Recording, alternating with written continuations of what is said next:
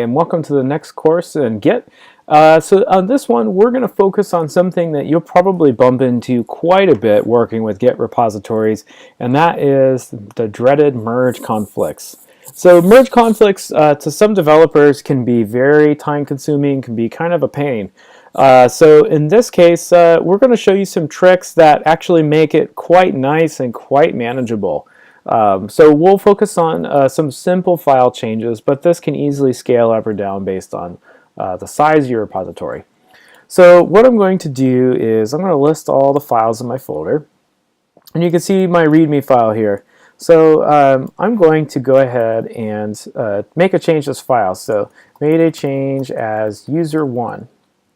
So I'm going to change that and then hit save.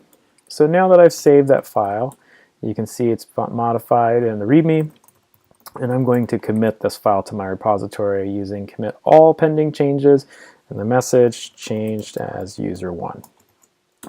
Okay, and now I'm going to push that to the repository. So I'm going to push that change, made a change as user1 to the remote repository. So remember, this is user1 from our prior lessons. Tab 1 is user1.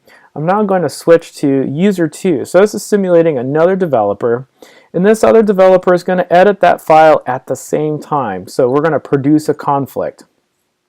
So in here, I'm going to paste my change. Oops, went a little too far there. Made a change as user2. So I'm going to write that to the file, so press Control-O to write that to the file, and then Control-X to exit. So if we take a look at readme.md, we can see it says made a change as user2. Okay, so now that we've done that, I'm going to commit this to my repository as well.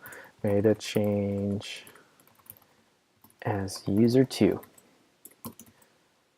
Okay. So now that change is committed to my local repository. So now this is guaranteed to give us a conflict. That the same line was edited by a different user and pushed to the repository before I could. So the next thing is, let's say I'm a developer. The next thing I'm going to do is I want to do a pull out. And what do you know? Looks like we have a merge conflict. Merge failed. Fix conflicts and then commit the result. So it looks like we do have a merge failure in readme.md. So there's a really great command for those of you that have a GUI that you can run, and most of you watching this video will most likely have a GUI. We'll type git merge tool. So git merge tool is a GUI way of solving this, and GUI stands for graphical user interface. So this makes it a very easy way for us to run a merge. So because I'm on Mac, there's a great tool called OpenDiff that lets me diff two files and then decide what to do here. Windows users, you can configure the merge tool you use. You can either use tortoise merge, so that's a great solution for you for Windows users because tortoise MCN and tortoise get support that.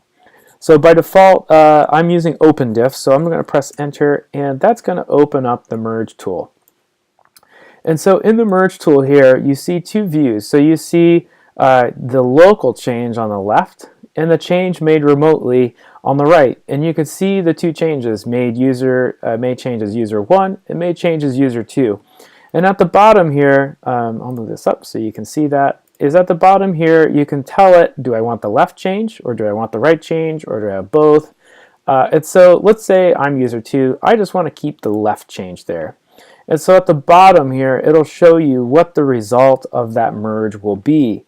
And so it looks like I've got what I need. It's going to save the output, and I'm ready, and I will say close. And it's asking me, do you want to save your changes? And I'm going to say, yes, I do. And Git will say, great, looks like the file was changed. Would you like to merge, mark the merge as successful? And I'll say, why, yes, I do. And so I'm going to git diff readme.md, and you can see the file is unchanged, meaning I kept the change that I had locally and because I wanted to keep the two. Now I could have done this differently with that tool and then tossed out my local change and then merged the two instead, but instead I decided to keep my changes there. So I'm going to go ahead and type git commit am and just say resolved merge. So an important thing to remember, and I often forget this, is make sure that after you resolve a merge, you commit. Not committing means the merge was not successful, and you will not be able to pull or push unless you do that. So here I'm going to type git commit am resolved merge. Now the merge has been resolved. Now I can push my changes to the remote server. So use a git push. So now as user 2, I've pushed my changes as development. I'm going to go back as user 1 here and do a git pull.